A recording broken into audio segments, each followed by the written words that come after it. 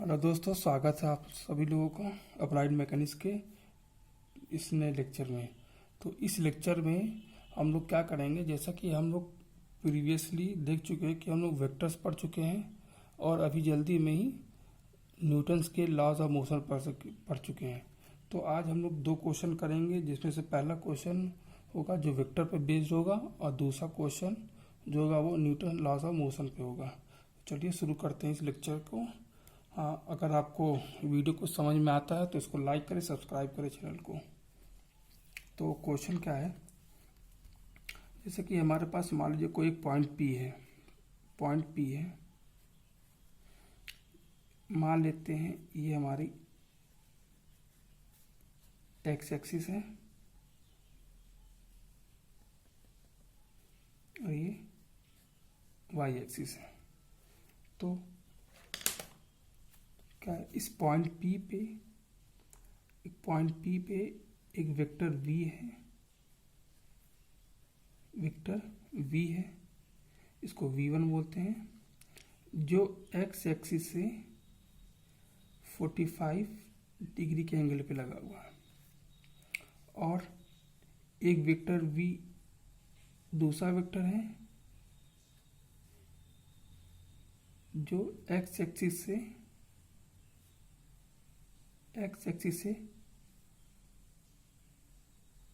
30 degree के angle पे लगा है, इसका नाम v2 है।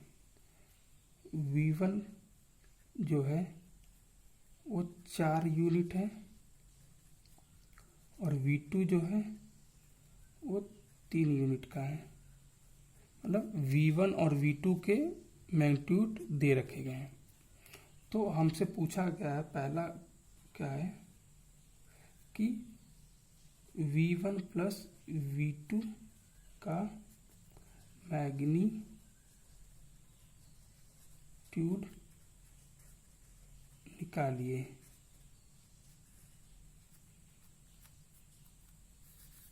मैग्नीट्यूड मतलब परिमाण। दूसरा क्वेश्चन क्या है,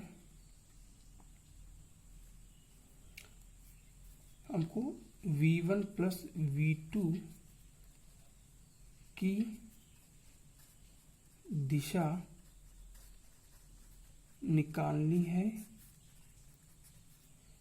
with x axis, positive x axis. तीसरा क्वेश्चन क्या है, सी पार्ट, हमें v1 माइनस v2 निकालना है, केवल v1 माइनस v2। तो चलिए शुरू करते हैं। तो सबसे पहले हम लोग v1 प्लस v2 को निकालते हैं। तो माना s बराबर v1 प्लस v2 है। जैसे कि v1 और v2 वेक्टर है तो उसका सम भी एक वेक्टर होगा। तो सबसे पहले हमें वेक्टर s को निकालना होगा। अब वो है क्या, v1 प्लस v2 का सम है। आपको ध्यान रखना है, अगर नोट पॉइंट में लिखना चाहते हैं तो एक होता है एल्जेब्रिक सम और दूसरा होता है वेक्टर सम। तो ये दोनों बराबर नहीं होते हैं। कैसे, जैसे मान लीजिए कि आपने 10 प्लस 5 किया तो ये 15 होता है। उसी तरह ही अगर ये वेक्टर है, मान लेते ये वेक्टर है 10 यूनिट का प्लस ये 5 यूनिट का वेक्टर है। तो अगर हम इसको लिखे 15 यूनिट का, तो यह पूरी तरह से गलत होगा। ठीक है, तो इसको ध्यान रखिएगा। तो सबसे पहले हमें क्या करना, v1 प्लस v2 निकालना है। तो क्या करते हैं, फिर से एक एक्सिस खींच लेते हैं, एक्स एक्सिस, ये वाई एक्सिस। तो हम लोगों ने वेक्टर एडिशन सीखा है कैसे, कि मान लीजिए ये वेक्टर v1 है और ये वेक्टर v2 है। तो हम लोग क्या करते थे, और हमको ये भी पता है v1 प्लस v2 बराबर होता है v2 प्लस v1, ये हम लोग पढ़ चुके हैं। तो आप चाहे v1 में v2 को ऐड करें या फिर v2 में v1 को ऐड करें, और इनको हम लोग वेक्टोरली ऐड करना है, ना कि एल्जेब्रिक।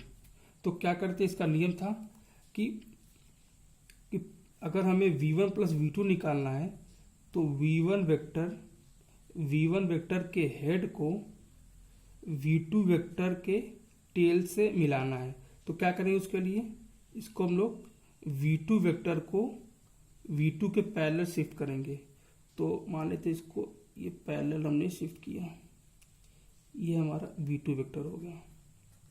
अब क्या था, हमें v1 प्लस v2 करना था, तो हम लोग क्या करते थे, v2 के हेड से और v1 के टेल को लोग मिला देते थे। तो ये जो हमारा था, ये हो जाता था हमारा v1 प्लस v2। तो यहाँ पे हमने v1 प्लस v2 तो निकाल लिया। अब बात करते हैं, और हमें पता है, और हमें क्या निकालना है, हमें v1 प्लस v2 का मैग्नीट्यूड निकालना है। तो मैंने बताया था पहले कि एल्जेब्रिक सम नहीं करना है। आप अगर सोच रहे होंगे कि जैसे मान लीजिए v1 4 है और v2 हमारा 3 है, तो 4 प्लस 3 7 लिख दे, तो ये 7 इसका मैग्नीट्यूड नहीं होगा। क्यों? क्योंकि ये वेक्टर क्वांटिटी है। तो हम लोग यहाँ पे 4 प्लस 3 बराबर 7 नहीं लिख सकते हैं, नोट इट। तो क्या कर सकते हैं इसके लिए, तो क्या करते हैं, तो जैसे हमारा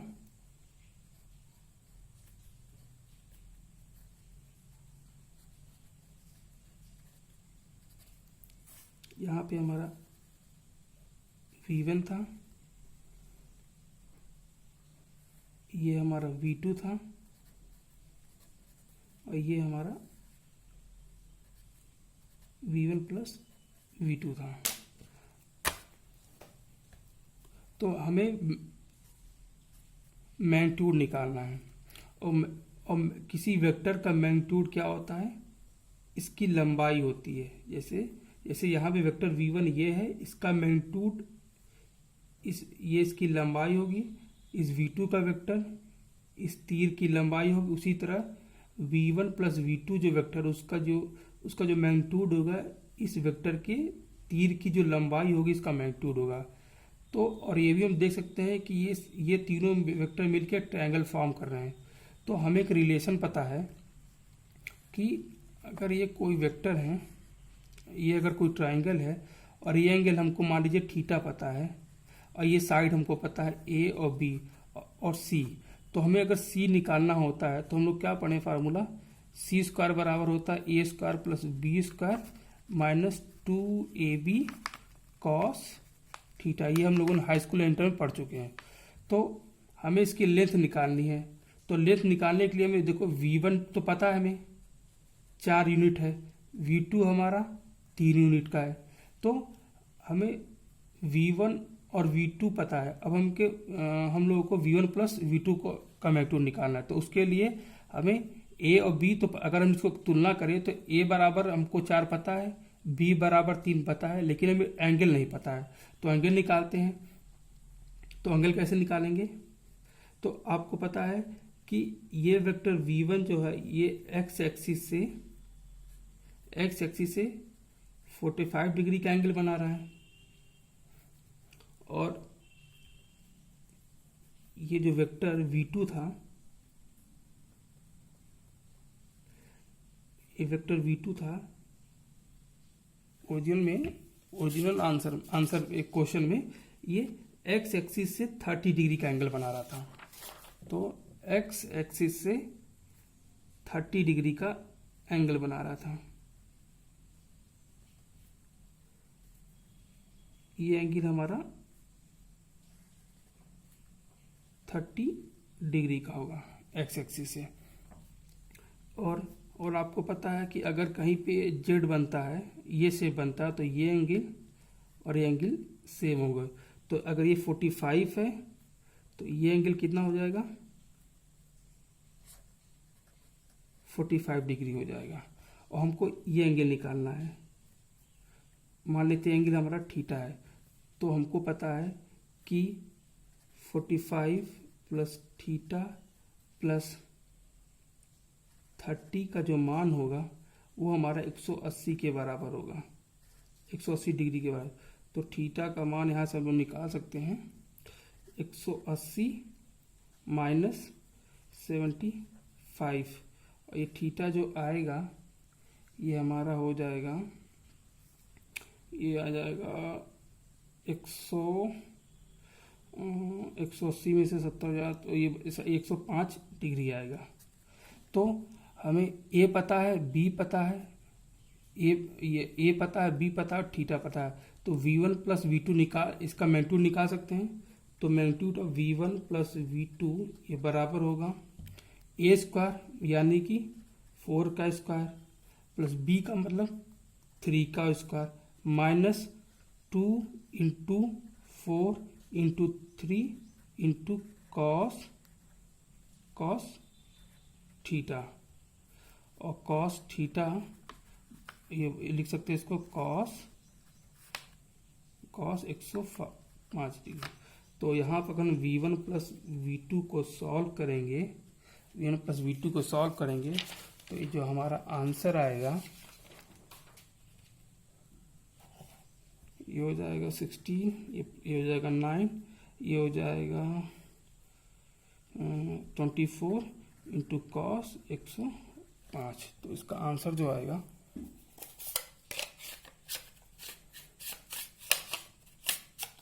ये हो जाएगा 25 माइनस 24 इंटू कॉस 105। इसका आंसर आएगा 31.21 स्क्वायर होगा यहाँ पे 31.29। तो इसी तरह v1 प्लस v2 का जो मॉड है ये जाएगा 31.21 का रूट निकालेंगे तो ये आ जाएगा 5.586 यूनिट। तो यहाँ पे हमने क्या किया, v1 प्लस v2 का मैग्नीट्यूड निकाल लिया। ये हमारा ए पार्ट हो चुका है। अब बी पार्ट में हमसे पूछा गया था कि v1 प्लस v2 की दिशा निकालनी है विथ पॉजिटिव एक्स एक्सिस। तो तुम देख सकते हैं कि जैसे ये हमारा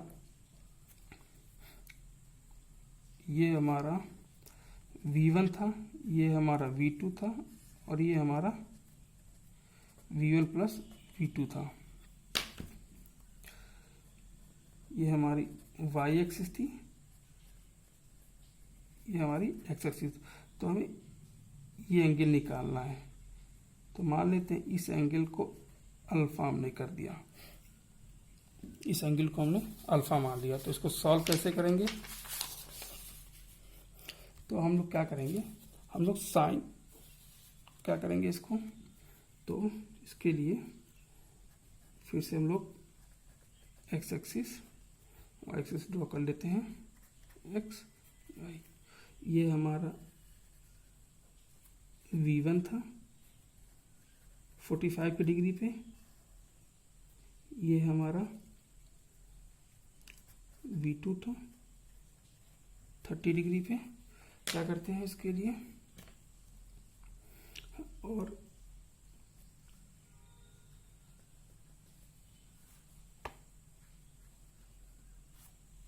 ये हमारा v2 है, ये हमारा v1 है और ये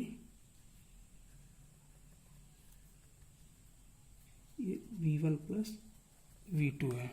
तो क्या करेंगे इसके लिए, हम ये एंगल निकालना है अल्फा। तो अल्फा निकालने के लिए हम लोग क्या करते हैं, मान लीजिए ये हमारा नाम PAB है, ट्रायंगल PAB से, और हमको ट्रायंगल लॉ पता, हमको साइन लॉ पता होना चाहिए। जैसे मान लीजिए ABC है, अगर ये हमारी A है, इस साइड की लेंथ A है, इस साइड की लेंथ C है, और इस साइड की लेंथ B है, और ये एंगल A है, ये एंगल A है, ये एंगल C है, और ये एंगल B है। तुमको पता है कि A अपॉन साइन A बराबर B upon sine B, capital letter से लिख लेते हैं, और C अपॉन साइन C के बराबर होता है। से साइन लॉ से क्या होगा, अब इसमें क्या होगा, जैसे हमें अल्फा निकालना है तो ट्रायंगल PAB से क्या लिख सकते हैं, क्या लिख सकते हैं, V1 upon sine alpha plus 30 degree बराबर, ये एंगल हमारा आया था 105 डिग्री, तो ये एंगल भी हमारा कितना हो जाएगा, 105 डिग्री। तो ये क्या हो जाएगा, तो ये जो PA है ये हमारा है V1 प्लस V2। तो क्या लिखेंगे, mod of V1 plus V2 upon sine 105। तो हमें अल्फा निकालना है, तो क्या ले सकते हैं यहाँ से, mod V1 sine 105 upon V1 plus V2 equal to sine alpha plus 30 degree. तो यहाँ पे वैल्यू रखेंगे हम लोग, साइन अल्फा प्लस 30 डिग्री, ये V1 जो हमारा है वो 4 यूनिट है, साइन 105, और V1 प्लस V2 जो हमारा निकल के आया था, V1 और V2 जो निकल के आया था ये था 5.586, और इसको हम लोग जब सॉल्व करेंगे तो अल्फा का जो मान निकल के आएगा ये आएगा 13.72 डिग्री। अब सॉल्व करते हैं पार्ट सी का। इसे पूछा गया है आपको V1 माइनस V2 निकालना है, हमें केवल V1 माइनस V2 निकालना है ग्राफिकली। तो क्या करेंगे इसके लिए, फिर से एक एक्सिस ड्रॉ कर लेते हैं। तो ये हमारा V1 है 45 डिग्री पे, ये हमारा V2 है 30 डिग्री पे। तो हमें V1 माइनस V2 निकालना है, V1 माइनस V2 निकालना है। तो V1 माइनस V2 को हम लिख सकते हैं V1 प्लस माइनस V2। तो अब इसमें क्या करना है, हमें V1 माइनस V2 को क्या करना है, हमें वेक्टर V1 लेना है और उसमें जोड़ना है माइनस वेक्टर V2 को। तो अब माइनस वेक्टर V2 क्या है, ये आपको पता होगा कि अगर आपका वेक्टर V इस डायरेक्शन में है तो अगर इसको माइनस से मल्टीप्लाई कर दे तो वेक्टर V जो होगा वो ओरिजिनल वेक्टर के जस्ट अपोजिट डायरेक्शन में होगा और सेम मैग्नीट्यूड का होगा। तो इसी तरह ही अगर V2 हमारा इस डायरेक्शन में है तो माइनस V2 सेम मैग्नीट्यूड का हमारा इस डायरेक्शन में होगा, माइनस का V2। फिर हमें वही काम करना है जो पहले करते आ रहे हैं, हमें हमें माइनस का V2 वेक्टर मिल चुका है और V1 हमें पता है, और हमें क्या निकालना है, V1 प्लस नेगेटिव V2 निकालना है। तो उसके लिए क्या करेंगे, फिर से हम लोग क्या करेंगे, V1 के हेड को V2 के टेल से मिलाएंगे। तो उसके लिए क्या करेंगे, V2 को इसी के पैरेलल शिफ्ट करेंगे हम लोग। तो इसको हमने सेम मैग्नीट्यूड का माइनस V2 को रख दिया यहाँ पे। अब क्या करते हैं, V2 के इंड पॉइंट को और V1 के टेल से मिला देंगे। तो ये हमारा जो वेक्टर मिलेगा, इस वेक्टर को हम लोग बोलेंगे V1 माइनस V2। तो इस तरह से हम लोग वेक्टोरली क्या कर सकते हैं, दो वेक्टर को घटा भी सकते हैं। एक क्वेश्चन हम लोग न्यूटन्स लॉस ऑफ मोशन में सॉल्व करते हैं। क्वेश्चन क्या है हमारा, जैसे दो ब्लॉक हैं ए और बी हैं। इनका जो मास है, मास ऑफ ब्लॉक ए जो है 4 kg का है, mass of B block B का है वो 6 kg का है। एक फोर्स है जो 20 न्यूटन का ब्लॉक ए पे लग रहा है।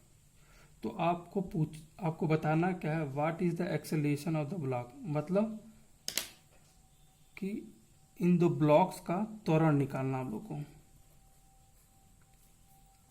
Force acting on block B, और ब्लॉक बी पे कितना फोर्स एक्ट कर रहा होगा वो आपको निकालना है। तो चलिए सॉल्व करते इसको। तो हम लोगों ने न्यूटन्स के 3 नियम्स पढ़े थे, फर्स्ट, सेकेंड एंड थर्ड। उसी का हेल्प करके हम लोग इस प्रॉब्लम को सॉल्व करेंगे। सॉल्यूशन करने से पहले ही कुछ अजम्पशन ली जाती हैं। जैसे इसमें पहला अजम्पशन है, फ्रिक्शन इज नेग्लेक्टेड, मतलब घर्षण को निगलेक्ट किया गया है, ठीक है। और contact between A and B is rigid. कहने क्या मतलब है, अगर इनके बीच कांटेक्ट रिजिड होगा तो ब्लॉक ए और बी एक साथ मूव करेंगे। और जो फोर्स है 20 न्यूटन का कांस्टेंट है, मतलब फोर्स का मान समय के साथ बदल नहीं रहा, हमेशा 20 न्यूटन का रहेगा। तो चलिए इस क्वेश्चन को सॉल्व करते हैं। तो अगर हम लोग इनिशियल में देखें, अगर ये हमारा ब्लॉक ए है और ये ब्लॉक बी है, इनिशियली देखिए इसमें इसको, अगर मान लेते इस पे 20 न्यूटन का फोर्स नहीं है, 20 न्यूटन का फोर्स इसमें ऐड नहीं कर रहा होता तो क्या होगा, ये हमारा एक्स और वाई से। तो अगर इस पे कोई फोर्स नहीं है तो इस पे और कौन कौन से फोर्स आ सकते थे। तो इसको निकालने के लिए हम लोग क्या करते हैं, दोनों बॉडीज को अलग अलग अध्ययन करते हैं या फिर आइसोलेट करते हैं। अगर बॉडी ए की बात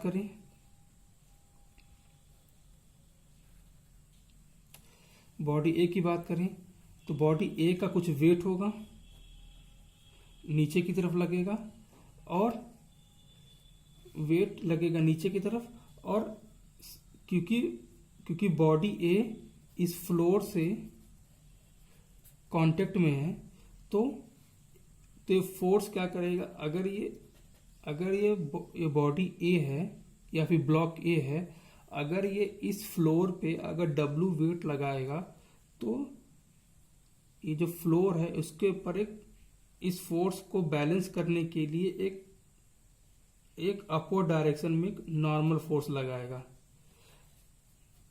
और जिससे क्या हो जाएगा, ये जो ब्लॉक ए है वो ये सतह के नीचे नहीं आ पाएगा, ठीक है।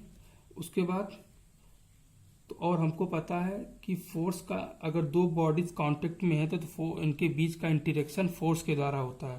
तो बॉडी ए और बी एक दूसरे की कांटेक्ट में है यहाँ पे, तो क्या होगा, तो अगर कांटेक्ट में है तो ये एक दूसरे के ऊपर क्या लगाएंगे, फोर्स लगाएंगे। इसको लिख सकते हैं force on A due to B. कहने का मतलब है न्यूटन के थर्ड नियम के हिसाब से एक्शन और रिएक्शन वाला फोर्स यहाँ पे जनरेट होगा। उसी तरह अगर हम लोग ब्लॉक बी की बात करें तो इसका कुछ वेट होगा, इसका कुछ वेट होगा, मान लेते हैं डब्लू बी। इस वेट को बैलेंस क्या कौन कर रहा होगा? नॉर्मल रिएक्शन, जो सरफेस के द्वारा, नॉर्मल रिएक्शन फोर्स होता है, मतलब जो सतह के लंबवत लगता है। और क्या हो रहा, इस ब्लॉक को एक फोर्स, तो हमको पता है कि ये दोनों एक दूसरे के कांटेक्ट में है, तो ये एक दूसरे पर क्रिया प्रतिक्रिया का बल लगाएंगे अपोजिट डायरेक्शन में। तो ये वाला फोर्स इधर डायरेक्शन में है, तो इस पे जो सेम मैग्नीट्यूड का फोर्स इस डायरेक्शन में लगेगा, force on B due to A. तो ये जो इस डायग्राम को बोलते हैं फ्री बॉडी डायग्राम। ये आगे हम लोग डिस्कस करेंगे अच्छी तरीके से, फिलहाल अभी के लिए ये। तो अब ये जो कंडीशन थी, कब की कंडीशन है? जब यहाँ पे कोई भी फोर्स नहीं लग रहा है। तो अगर कोई फोर्स नहीं लग रहा है तो न्यूटन के फर्स्ट लॉ के हिसाब से ये जो बॉडी की जो पोजीशन है हमेशा इसी तरह ही बनी रहेगी। अगर रेस्ट में है तो रेस्ट में होगी, अगर और मूव कर रही होगी तो हमेशा मूव करती रहेगी। लेकिन हमारे इस क्वेश्चन में दिया क्या गया है? इस क्वेश्चन में दिया क्या गया है कि इस पे क्या हो रहा है? एक फोर्स लग रहा है 20 न्यूटन का। तो 20 न्यूटन का फोर्स लग रहा है। तो अगर हम न्यूटन सेकेंड लॉ को अप्लाई करें ब्लॉक ए पर, तो और हम लोगों ने एफबीडी देखा है क्या था? यहाँ पर 20 न्यूटन का फोर्स लग रहा है, यहाँ पर एफ ए बी लग रहा है, और यहाँ पे ये वेट डब्ल्यू ए लग रहा है, और नॉर्मल रिएक्शन एन ए लग रहा है। तो एक्स और सिंस क्योंकि वाई डायरेक्शन में मूवमेंट नहीं हो रहा है, तो फोर्स बैलेंस की कंडीशन में होंगे, या फिर न्यूटन सेकेंड लॉ के हिसाब से अगर अपवर्ड को पॉजिटिव लेते हैं और डाउनवर्ड को नेगेटिव, तो वाई डायरेक्शन में अगर फोर्स को देखें तो डब्ल्यू ए डाउनवर्ड होगा, तो मतलब माइनस का डब्ल्यू ए इधर की तरफ होगा, एन ए वाई डायरेक्शन बात करें, वाई डायरेक्शन की डब्ल्यू ए नीचे नेगेटिव साइन शो करा कि डायरेक्शन नीचे की तरफ है, प्लस एन ए ऊपर की तरफ है, और ये दोनों फोर्स लग रहे हैं इस पे, और ये इसको क्या करेंगे? एक्सेलरेशन प्रोवाइड करेंगे। और किस पे लग रहे हैं? इस ए पे लग रहे हैं। तो mass of A into acceleration of A, क्योंकि एक्सेलरेशन ऑफ ए बराबर 0 है, तो this implies that minus W A plus N A बराबर 0, या फिर एन ए बराबर डब्ल्यू ए।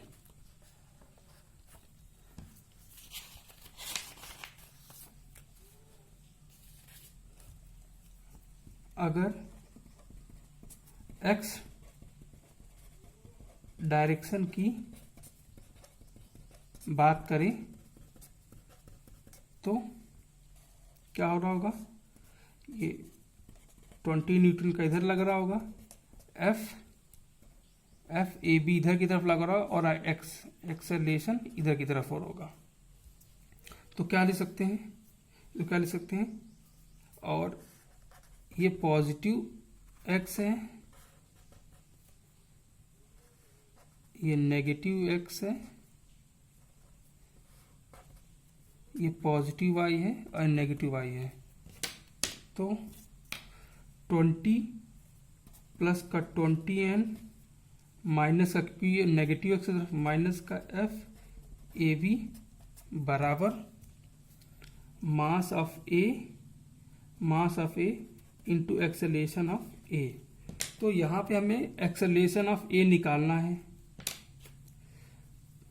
और एक्सेलेरेशन ऑफ ए निकालना है, ये हमें नहीं पता है।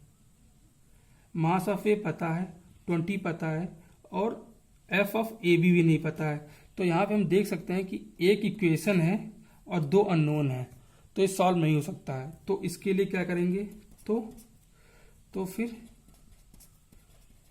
क्या करें, तो हम लोग अपने एजम्पशंस का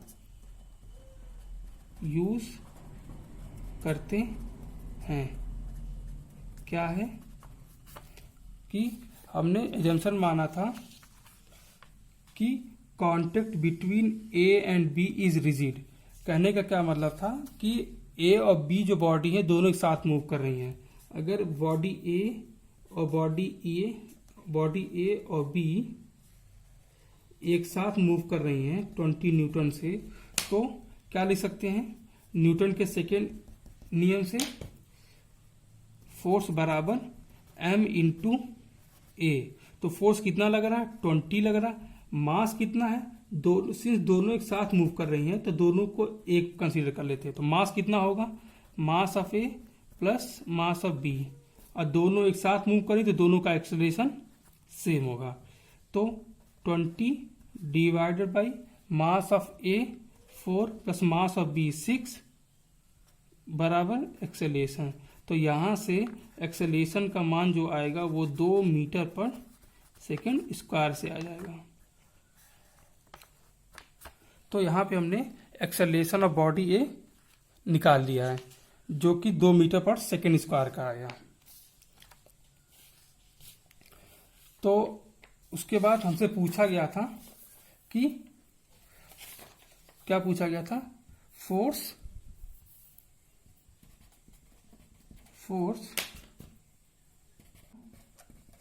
ब्लॉक बी। तो हमें पता है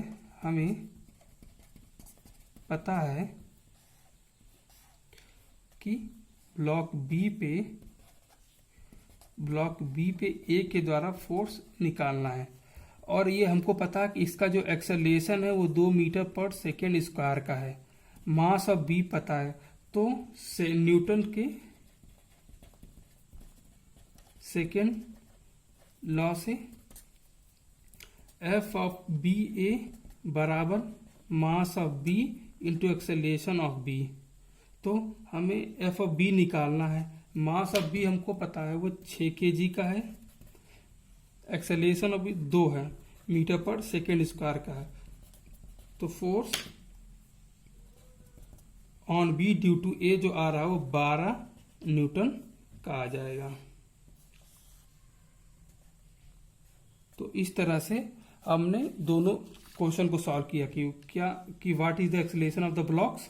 तो दोनों का जो एक्सेलरेशन होगा वो 2 मीटर पर सेकेंड स्क्वायर होगा, और force acting the block B ये हो जाएगा फोर्स एक्टिंग ऑफ बी, ये आ जाएगा हमारा कितना था 12 न्यूटन का। तो इस तरह से हम लोगों ने दोनों क्वेश्चन को सॉल्व कर लिया है। तो यहाँ पे मैं समराइज करना चाहता हूँ कि BTU बोर्ड के द्वारा अप्लाइड मैकेनिक्स का जो यूनिट 1 है इस तरह से पूरा हो जाता है। तो अगर आपको लग रहा है कि कोई टॉपिक छूटा हुआ है तो आप कमेंट में लिखें, मैं इसको पूरा कराऊंगा। तब तक के लिए धन्यवाद, और आपको अगर वीडियो कुछ समझ में आया तो लाइक शेयर सब्सक्राइब जरूर करें। Thank you.